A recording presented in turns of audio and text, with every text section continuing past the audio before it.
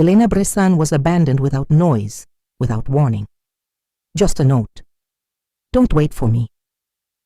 With a broken heart, no money, and an imminent interview, Elena didn't collapse. She decided to get up. What seemed like the end was the beginning of her transformation. The Forza Total Academy wasn't exactly the luxury gym that Elena imagined when she dreamed of her professional future. Located on the ground floor of a faded-looking commercial building with functional but visibly worn equipment, the establishment mainly served middle-class office workers and neighborhood residents who sought to stay in shape without great pretensions.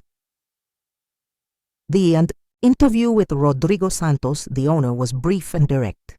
A stocky man of about 45, with the characteristic energy of someone who has dedicated his life to sports, but with the tired look of someone who has been dealing with the challenges of a small business for too long. I need someone reliable. At reception, he explained without beating around the bush. Someone who arrives on time, knows how to use a computer to register clients, answers the phone professionally, and above all, doesn't leave after a week because they found something better. Do you think you can do that? Elena nodded with determination. I can do that and much more. I have administrative experience, I know how to deal with clients, and frankly, I need stability as much as you need consistency. Rodrigo studied her for a few seconds before sketching a tired smile. The salary is minimum wage plus commissions if you get visitors to sign up. It's not much, but it's what I can offer for now. When can you start? Right now, Elena responded, without thinking twice. 3 hours later, already uniformed with a t-shirt bearing the Forza Total logo, Elena occupied her place behind the reception counter. Rodrigo had given her a brief induction on the registration system, class schedules, and the different membership plans available. The rest, according to him, she would learn on the job. A feeling of unreality accompanied her as she attended to the first clients of the day.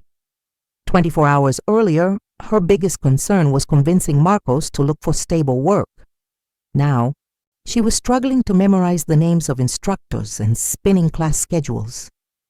During a moment of calm, Elena checked the state of her finances on her phone. The reality was discouraging. With what she would earn in this job, she could barely cover rent and basic services. Food, transportation, and any additional expenses remained in a nebula of uncertainty. First day, a female voice interrupted her mental calculations. Elena looked up to find a woman of about 40, attractive, and with the toned complexion of someone who has been regularly practicing sports for years. That obvious, huh? Responded Elena with a forced smile. I'm Camila Ferreira, yoga and Pilates instructor. The woman introduced herself, extending her hand. And we've all had a first day. Mine was 8 years ago, and believe me, it was much worse than yours. Something in Camila's genuine warmth made Elena momentarily lower her guard. Elena Bressan. And yes, let's say it's not exactly where I expected to be at this point in my life. Camila leaned on the counter naturally. Few of us are where we expected to be. I was an accountant in a multinational, you know. Suit, heels, sky-high stress, and an ulcer at 30. The day I fainted in the middle of a presentation, I decided that was enough. The story resonated with Elena, albeit for different reasons. She hadn't chosen this change. It had been imposed on her. However, the idea of reinventing herself was strangely comforting. And you never regretted it? Leaving everything for this? She asked, discreetly pointing at the academy with its walls that needed a coat of paint and its poor lighting. Camila let out a crystalline laugh. Don't confuse the stage with the play, dear. This place isn't the final goal. It's just a vehicle. What I do here, the way I can help people connect with their bodies, to feel better about themselves, that's priceless. The conversation was interrupted by the arrival of a group of office workers who came to the afternoon class. Elena returned to her work while Camila headed to the classroom. but the instructor's words kept resonating in her mind for the rest of the day. That night, upon returning to the empty apartment that now seemed too big and silent, Elena finally broke down. She allowed herself to cry all the tears she had held back during the day. She cried for the betrayal, for the uncertainty, for the fear. But when the tears were exhausted, something new began to take shape within her. Sitting on the kitchen floor, with her back against the cabinets and a glass of water in her hands, Elena took her phone and began to search for information about digital marketing, sales, and customer loyalty strategies. If she was going to work at a gym, at least she could learn something useful in the process. During the following weeks, a pattern established itself in Elena's life. During the day, she absorbed everything she could at the academy. She observed how the most successful trainers interacted with their clients, studied what strategies Rodrigo used to retain members, analyzed why some visitors signed up immediately, while others never returned. At night, she converted her small dining table into an improvised study center. Free digital marketing courses, YouTube videos about sales techniques, podcasts about entrepreneurship and consumer psychology. Everything she could consume from her mobile phone became learning material. The first month was brutal. With her salary, she barely covered the rent, and she had to negotiate with the landlord for an additional period for services. Her diet was reduced to the bare minimum, and more than once she walked long distances to save the cost of public transportation. But something unexpected began to happen. Clients started asking specifically for her. Elena had developed a natural ability to remember names, preferences, and small details about each person who frequented the academy. She knew who came after a long day at the office and needed a word of encouragement, who was trying to lose weight for a special occasion, or who was struggling with self-esteem issues. "You have a gift," Rodrigo commented to her one Friday afternoon, as he observed how Elena chatted animatedly with an indecisive client about renewing her membership. "You don't just sell a service, you create a connection." Elena blushed slightly at the compliment. "I'm just trying to do my job well." "Well, you're doing it too well," joked the owner. "Your commissions this month exceed your base salary. If you keep this up, I'll have to rethink the entire compensation structure." That night, while counting her earned commissions, which indeed exceeded her modest base salary, Elena felt for the first time since Marcos's abandonment a glimmer of hope.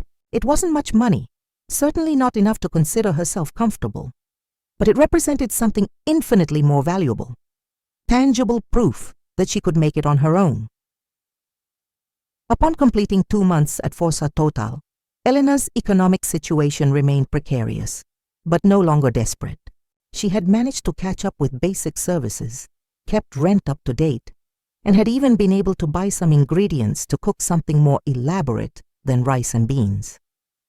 It was during this time when she noticed something curious. Whenever a potential client showed doubts or seemed about to leave without signing up, Rodrigo discreetly called her to intervene. Without being aware of it, Elena had become the unofficial closer of sales at the academy. One particularly busy afternoon, while simultaneously attending to the phone and a group of new visitors, Elena observed a man of about 50 who was examining the membership prices with evident disapproval. By his impeccable suit and attitude, he seemed out of place in that modest academy. When the man headed towards the exit without having spoken to anyone, Elena did something that surprised even herself.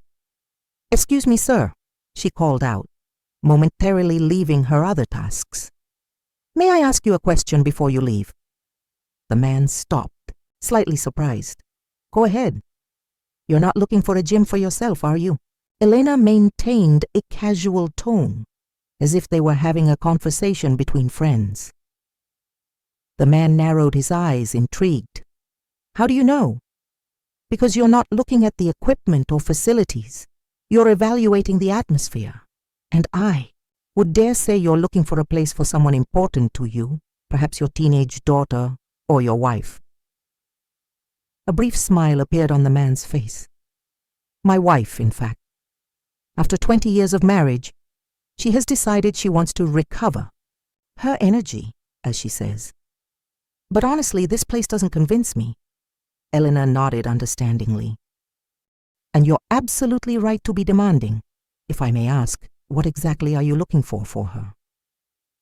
What followed was a 15-minute conversation in which Elena listened attentively as the man, who turned out to be named Alberto, described how his wife Patricia had fallen into a monotonous routine after years devoted to the family, and how he wanted to support her desire to regain vitality, but feared she would feel intimidated in an environment too focused on aesthetics or dominated by young people.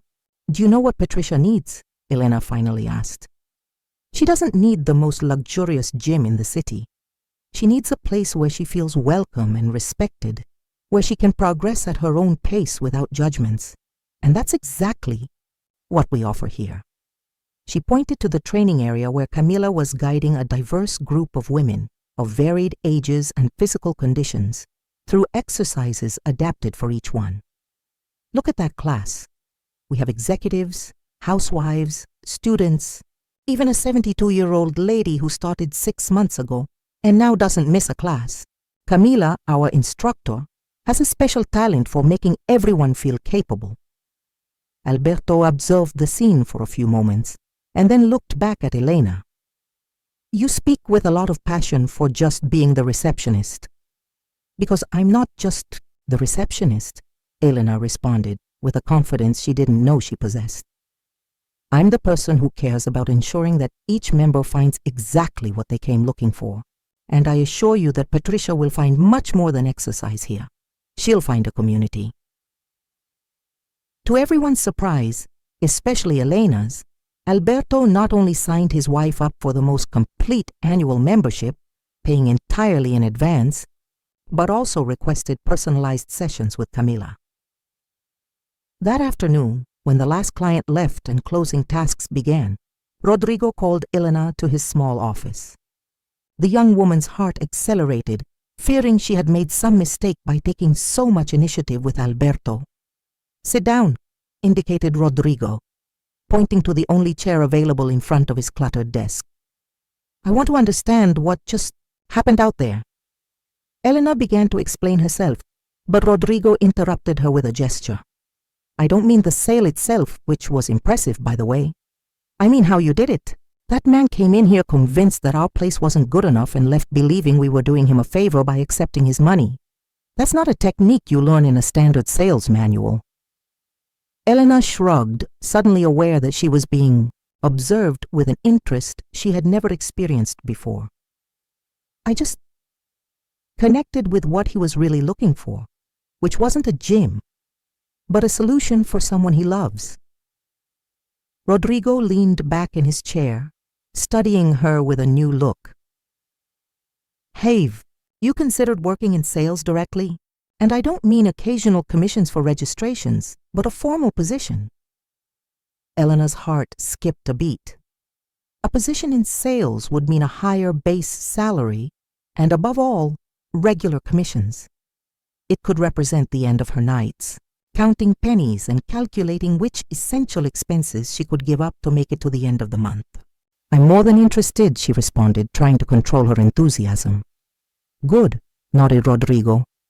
"Because I just fired Gustavo this morning, and I need someone who really knows what they're doing.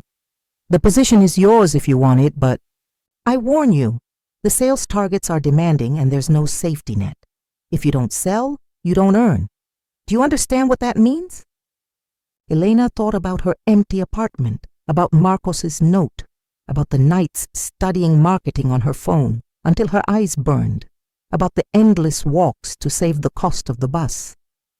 She thought about everything she had endured in the last few months and about the person she was becoming under pressure, like carbon transforming into diamond in the depths of the earth.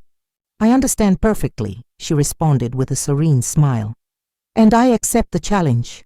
As she left Rodrigo's office with her new position, Elena felt a mixture of vertigo and exhilaration. It wasn't simply a change of position. It was a decisive step in a direction she had never imagined for herself.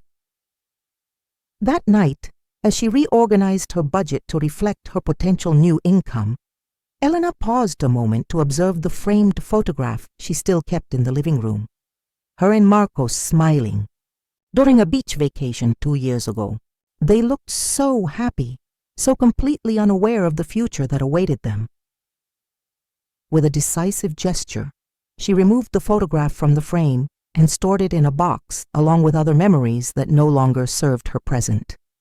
In its place, she put a sheet of paper where she had written her goals for the next 6 months, sales targets, courses she wanted to complete, and at the end of the list, in larger letters, my own company. She didn't know exactly what kind of company it would be, nor how she would manage to turn that dream into reality. The only thing she was clear about was that the path to that future began with mastering her new position in sales and absorbing every drop of knowledge she could extract from her experience at Forza Total. The rent bill, which days ago had seemed like an impossible sentence to fulfill, now simply represented the temporary cost of a transitional chapter in her life. A chapter that she herself was writing with determination, one day at a time. Elena's transition from receptionist to official salesperson at Forza Total was like immersing herself in unknown waters without knowing how to swim. During the first 8 weeks, each interaction with potential clients caused her a mixture of anxiety and excitement. Unlike her previous informal interventions, now there were formal expectations, metrics to meet, and a salary that depended directly on her ability to convince strangers to invest in themselves. Her first month as a salesperson was inconsistent. There were brilliant days when everything seemed to flow naturally, where clients' objections dissolved before her carefully crafted arguments. And there were other devastating days, where rejections accumulated and Elena returned home with the feeling of having chosen the wrong path. It was during one of those difficult days when Camila, the yoga instructor who had become her informal mentor, found her on the verge of tears in the locker room after losing a client who seemed determined to sign up. "Do you know what your problem is?" asked Camila, sitting next to her. "You're trying to sell memberships as if you were apologizing for it." Elena looked at her confused. "I don't understand. Your body language, your tone of voice, everything about you screams, 'Sorry for bothering you with this offer.' And people perceive it. It's as if you don't really believe in what you're offering." The words hit Elena with the force of a revelation. It was true. At some level, she still saw her sales job as something temporary, something she did out of necessity while finding a real job. She hadn't internalized the value of what she offered. "But what if I'm really not good at this?" she asked with a broken voice. "Maybe Marcos was right. Maybe I'm too common to excel at something." Camila looked at her with a mixture of compassion and firmness. "Listen to me well, because I'll only tell you this once. Your ex had no idea who you really are, and I would dare say that you don't know yet either." That conversation marked a turning point. Elena decided that if she was going to dedicate her time and energy to sales, she would do so with absolute conviction.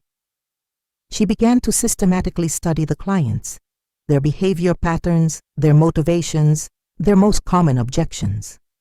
She created a small notebook where she meticulously noted each interaction, analyzing what had worked and what hadn't.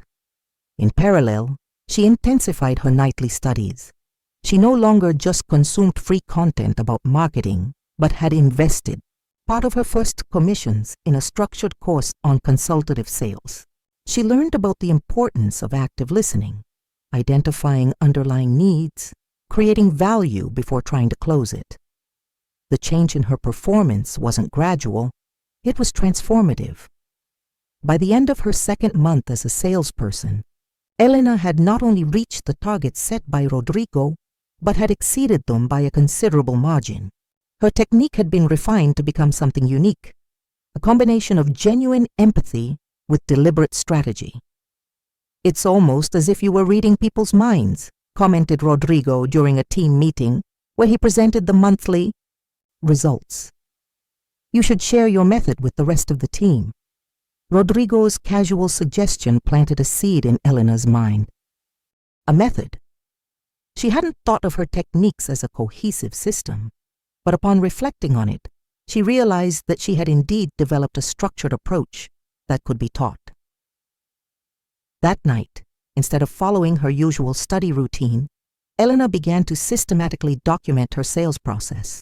She called it the authentic connection method, and it was based on 5 fundamental principles: deep listening, identification of personal values, presentation of personalized solutions, compassionate handling of objections, and closing based on transformative benefits.